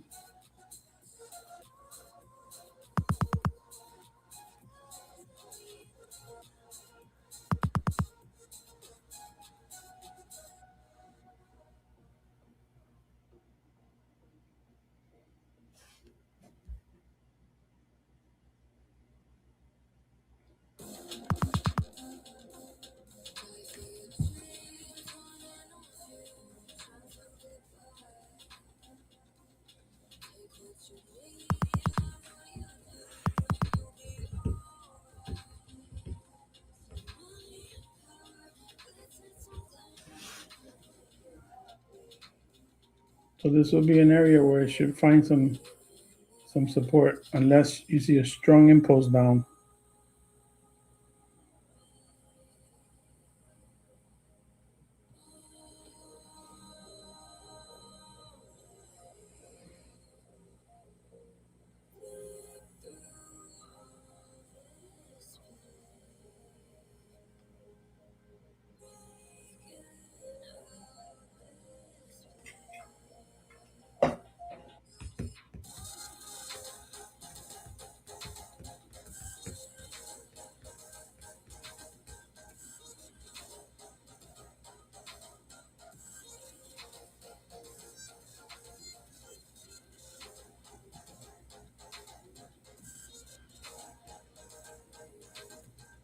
So let me see.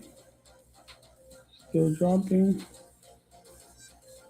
Algo bar is telling us everything is weak. We're below 50 RSI. MACD is negative and dropping. Cumulative delta is red. It's on the negative. So definitely the momentum is on the bear side.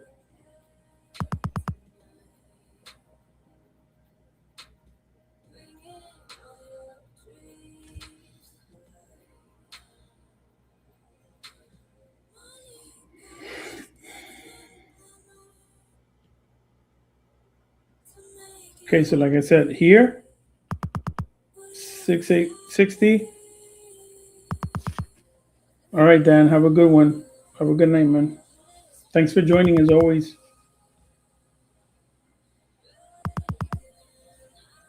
So here I'm expecting maybe some resistance or a strong move to break through this the support here.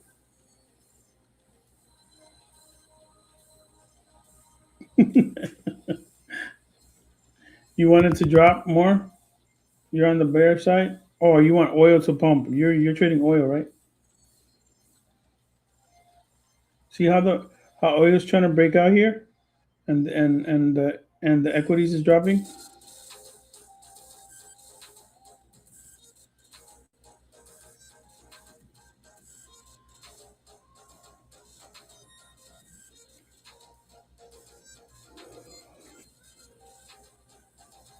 Oh wow, excuse me.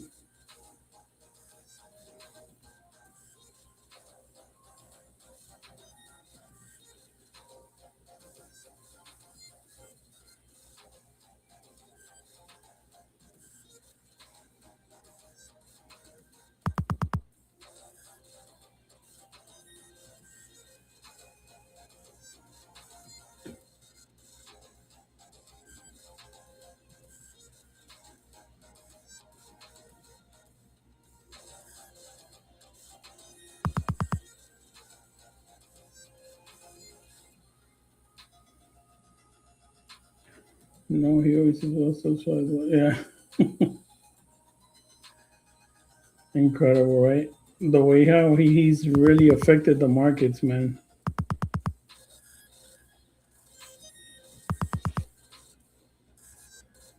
He's really affected the markets.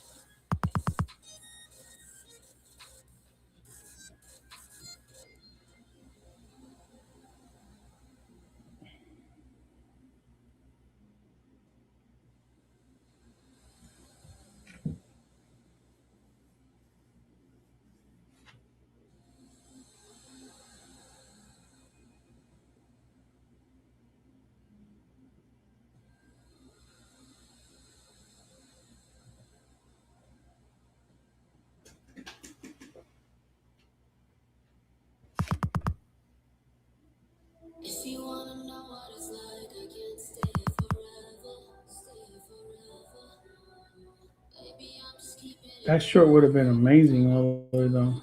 See how the kernel signal here, the signal here, it tried to break out here and then it dropped. So this was a good signal for a continuation down.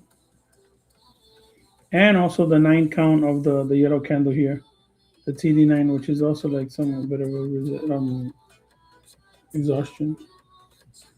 Well, there goes the support I said here. So either we get some fake out here or drop, or now we just try to break back up. Yeah, which is why I say it can't be. It can't be by. He can't be that crazy or dumb to be doing that. It has to be done by design. If you ask me, he's doing it for a reason. Now, there's rumors. Some people say so. Others can make money off of the market because they know he's going to say it first. But I think they're taking advantage of that. Definitely. I don't think it's that. But so you see here, look, golden pocket. I'm gonna do this. Watch.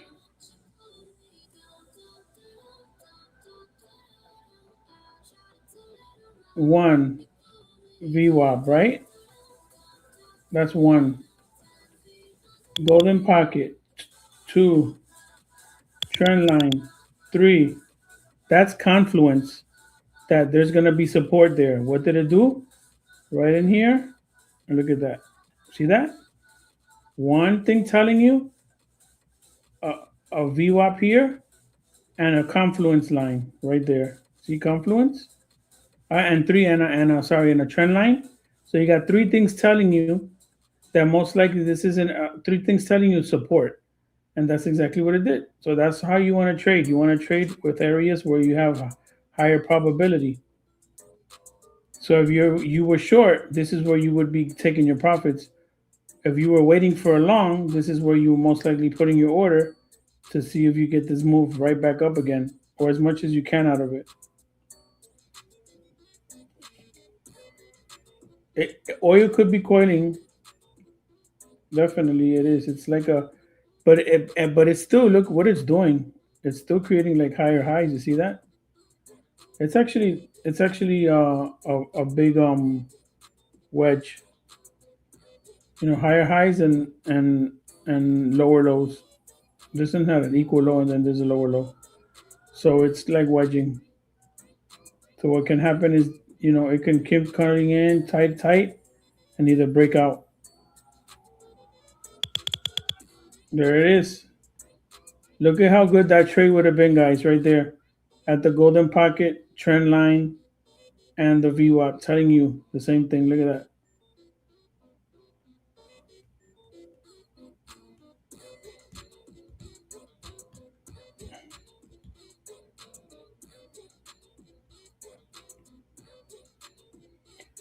Yeah, I think Palantir drop. I'll check it. I want to just focus on futures here, but I'm gonna get off soon anyway, so I'll check it for you since I'm gonna get off, and then um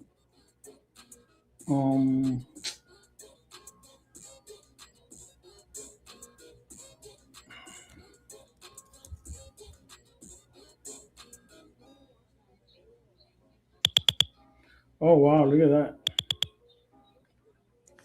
That's a clear range that you have your clear support, support and resistance there. See how it went in and it dropped, and here you have support. But there's a 3 minute, so let's just go out to an hour and see what we see. Really strong support, guy. Magic. You hear me? The sound? The algo's telling you there's a lot of support here at 128.50 or so. This is a good area for a possible swing trade back up.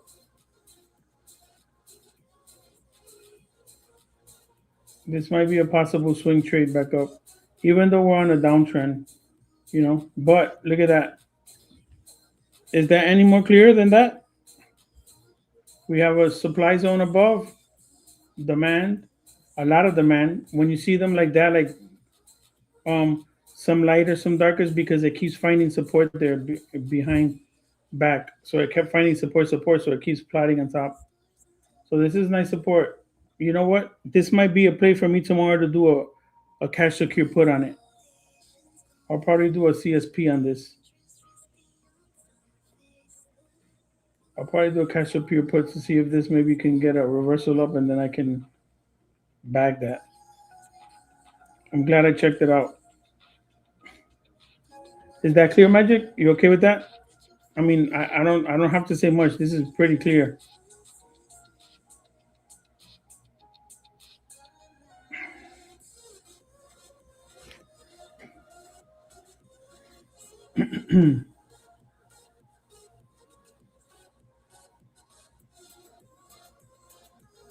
I hope you got that. Yeah, but it didn't break that. It didn't break that. That support. Sure, it did. It had bad news. Yeah, look, but it didn't break the support. It found support right here again, and this has been support. Look how far back. So exactly. Ah, Jericho, you're here. Nice. This is a good play for a cash secure put tomorrow. You said 110? Yeah, 110. I like it. Yep, that's really safe. I'm going for it tomorrow. I'll let Mark know too. Take a picture of this.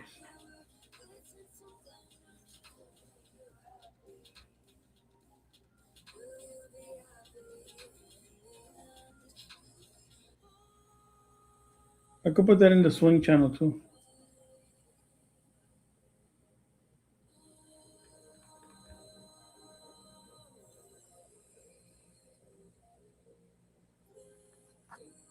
You're welcome. All right. So I'm gonna get off, guys. Jericho, nice to see you here. Thanks for joining, man. Um, we'll keep in touch, guys. We'll keep in touch. Hopefully tomorrow there's no trading. It's Friday, and for futures there's no overnight session. So we'll see each other on Sunday. Yeah. So we'll keep in touch. Trade safe tomorrow. Try not to give back. If you make gains this week, don't give it back. Conserve those gains tomorrow. It's terrible to leave the week, red after you were green. It doesn't help you psychologically. So be safe tomorrow. Okay. Be very safe taking those trades. You're welcome, Wyman. You're also in Hong Kong, right? You're in Hong Kong and Jericho's in Japan.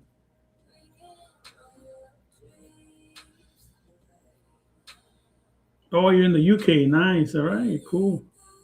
Yeah, I'm getting all the people from the west. That's cool. The east.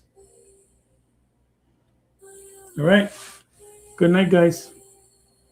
Yeah, I remember. You were one of our first after Luna, I believe. Oh, you're Don. That's right, Don. I'm so sorry, Don. Oh my God, I feel embarrassed. Don, you got a swing trade there.